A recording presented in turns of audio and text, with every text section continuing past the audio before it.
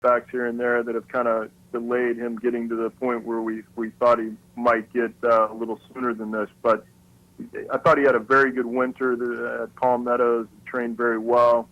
We shipped him up for that allowance race on March 6th at Aqueduct, and he stepped up and delivered a big effort. So now we're asking him obviously a major question here to step up again and to run against some of the better 3-year-olds in the country. But we feel like his running style is going to put him more or less on the lead in this race, and maybe he's got a little bit of a pace advantage, and if he could maybe shake loose and get his confidence up, he could be dangerous. And you'll run a pair in today's Illinois Derby. Al Khali, who won an entry-level allowance at Gulfstream in his first start for you, and Il Postino, who broke his maiden for a $20,000 tag. Your thoughts on them in the Illinois Derby? Well, Al Khali is a very interesting horse. He shipped to us in November from Peru. He was actually an American-bred horse that was sold at Keeneland September, shipped to Peru, won 2 starts down there impressively, and then was purchased by Windstar Farm and sent to us in November. The horse has steadily improved in his training, and actually I thought his first race here, we threw a lot out on. We took him from his first start in the U.S., first time around 2 turns, 1 mile and an eighth, and I thought he handled it very well. He's come back since then and trained extremely well. So I think it's going to be very interesting to see how he handles his step up in class, but we've been impressed by what we've been seeing in the mornings. And finally, Todd, aside from Dunkirk, one of your most impressive 3-year-old winners was Affirmatif, who in his debut at Gulfstream on the proper surface won by a pole. He runs back Sunday on grass at Keeneland. Talk to our audience briefly about Affirmatif. Well, he's a colt that had trained well all winter here at Palm Meadows, and he'd actually trained pretty well on the dirt. We worked him on the turf one morning, and it was kind of a lights-out type work where he was very impressive, and we decided, even though he's an unbridled thong, he's got quite a bit of turf on the bottom side of his pedigree, that we would make his first start on the turf, especially since he acts like he wants to run longer. And I would agree, it was pretty impressive. You just don't see 3-year-olds in their first start win on the grass by a lengthy margin like that. And what was even more impressive was his final time was actually slightly faster than the stake that Twilight Media ran, won just a couple races before that. Todd, do you expect at some point that you might try him on synthetic, or is your plan at this point to point for some of the big money 3-year-old grass races? Right now, we're gonna focus on the turf, and I guess they're getting some rain in Lexington. So if this race happened to come off and they ran it on the poly track, we would probably go ahead and participate. But we feel like this could be a pretty special grass colt, and there's a lot of lucrative events this summer. So if we'll see how things go on Sunday. If he runs well and comes out of it well, we'll probably go to the Crown Royal American Turf after that at Churchill, and then maybe think about some of those races in Virginia over the summer. But that's a ways out, and we won't get ahead of ourselves. But we're hoping that way, anyways. Todd, as always, appreciate your time very much. Thank you so much for having joined us this morning on Down the Stretch, and all the best with Dunkirk and all the other 3-year-olds in the barn. And we hope to be speaking with you again very soon. Thank you very much.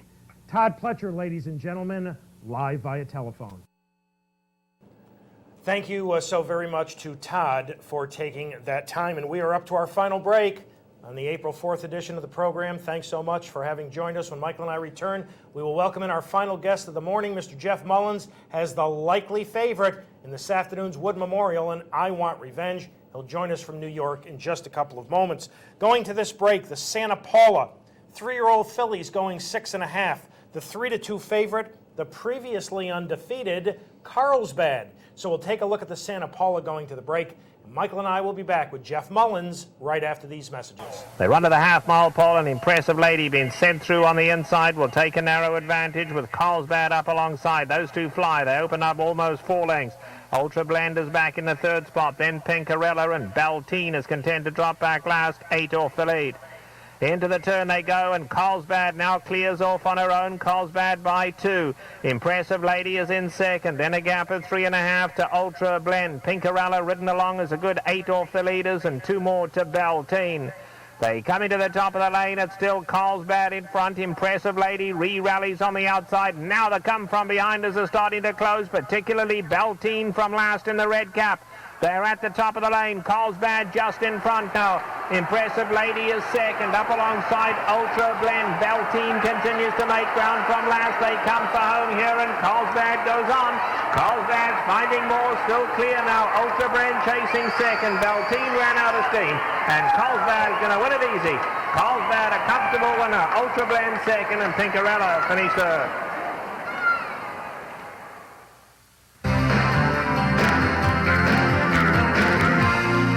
This is the OTB Television Network.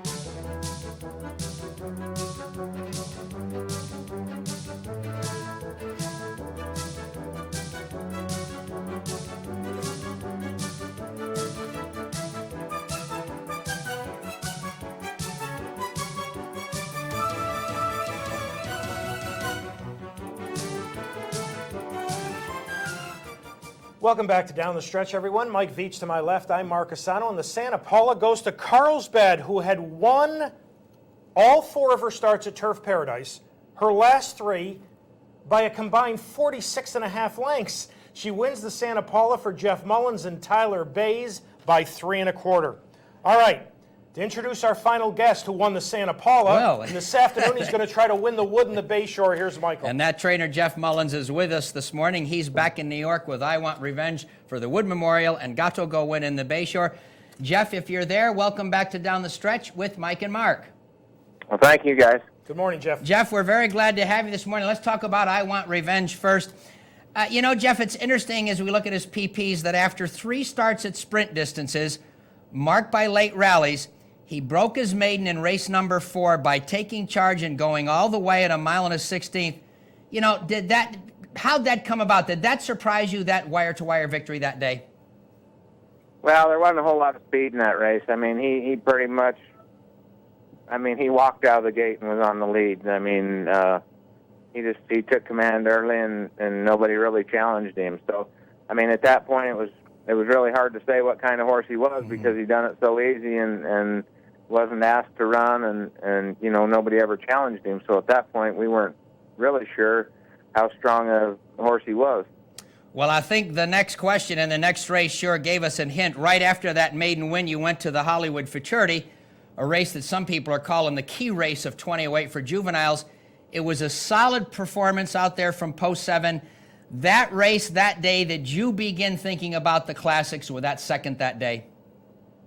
Well, we did, but he kind of worried me about the half-mile pulley. He was down inside, and horses kind of started making it tight on him, and about that point, Pioneer of the Nile had already started to make his move, and my horse was moving backwards, Pioneer of the Nile was moving forward, and at that point, I thought, well, my horse is done, you know. And he turned for home, and Joe got after him, and he weaved his way through, and you know, he gets beat a nose. So I think if we move on even terms with Pioneer of the Nile, the outcome may have been different. Well, that takes me perfectly to the next race, your 3-year-old debut in the Robert B. Lewis, a much talked about race against Pioneer of the Nile again, and we're going to see a bit of that shortly. You've got an edge on him at the top of the stretch. Eventually you finished third that day, and you made the well-known decision to come to New York. But what's interesting, and I'd like for our audience to hear, what did jockey Joe Talamo tell you after the Lewis about your race that day? Well, we added blinkers for that race because of the incident in the cash call when he backed out, when horses started kind of closing in on him, and he drew an outside post in the Robert Lewis and was kind of rank early, and then as he settled in the stride and started to relax, Joe said he started struggling with the racetrack, and we'd had a lot of rain, and the synthetic track wasn't draining, evenly, and there was spots in the track that weren't quite like they should, and he actually got him on his feet and got him going again, and at the top of the stretch, he says, he had him, but then when he asked him to run, he started struggling again, and he just couldn't kick on, so that was when we made the decision to try dirt. And dirt it was here in New York for the Gotham, which we're going to take a look at a piece of now. It was the talked-about race of the campaign up to that point, a brilliant performance, more than 8 lengths on the inner dirt. Talk about his race that day. And, Jeff, even though you'd been talking about dirt, did that just blowout surprise you?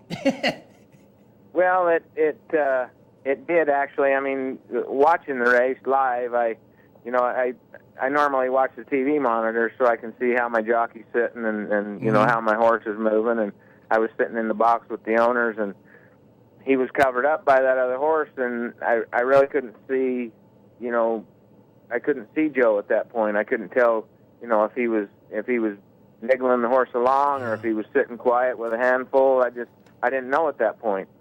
And when they turned for home and they were still, locked up, then when Joe asked him to run, he kind of opened up at that. But at that point, everybody starts to run at that point, and I'm thinking, man, I hope he can hold on, and he kept widening, and I'm still thinking to myself, man, I hope nobody comes, And it wasn't until after the race that I got to watch the replay that I really realized how strong of a race it was. Well, it certainly was. You were the talk of the town, the talk of the Classics Trail after the Gotham win. I have to ask this, Jeff. I mean, before the Lewis to Gotham move, had dirt entered your mind at all? Well, it was always in the back of our mind after the cash call because he proved then he was a serious racehorse, and we had an idea what direction we were headed, and we knew that the Kentucky Derby was not run on synthetic, so it was always kind of in the back of our mind to get him to dirt, sooner than later, and we decided to stay home one more time and try the Lewis, and it didn't pan out, so that's when we made our move. Jeff, after the Gotham, you did go back to California. Is any reason for not staying in New York, or are you just more comfortable having him back home with you? Well, we had 4 weeks, and it was. Okay.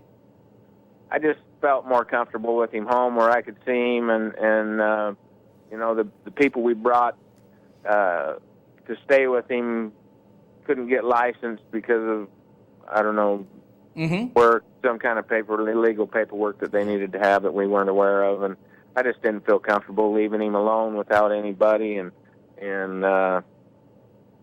we just felt like he'd be better off at home where he's comfortable, and it worked last time. I don't know why it wouldn't work this time. I understand that completely.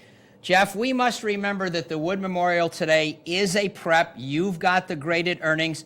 So last couple questions here, Jeff, and we do appreciate having you today. What do you want to see today out of I Want of Revenge? Well, obviously we're going to have an awful lot of luck from the rail. Yep. You always do in these situations, and if he can, it looks like there's a couple horses that could be in front of us early, and if he can sit a comfortable trip and get clear running room when it's time to go, as long as he's trying moving forward, that's all we care about. I mean, we would love to win the race. but I'd hate to leave the Derby laying on Aqueduct Racetrack trying to get my horse to win. Thank you very much for your candor, and you answered my last question as well. So, Jeff,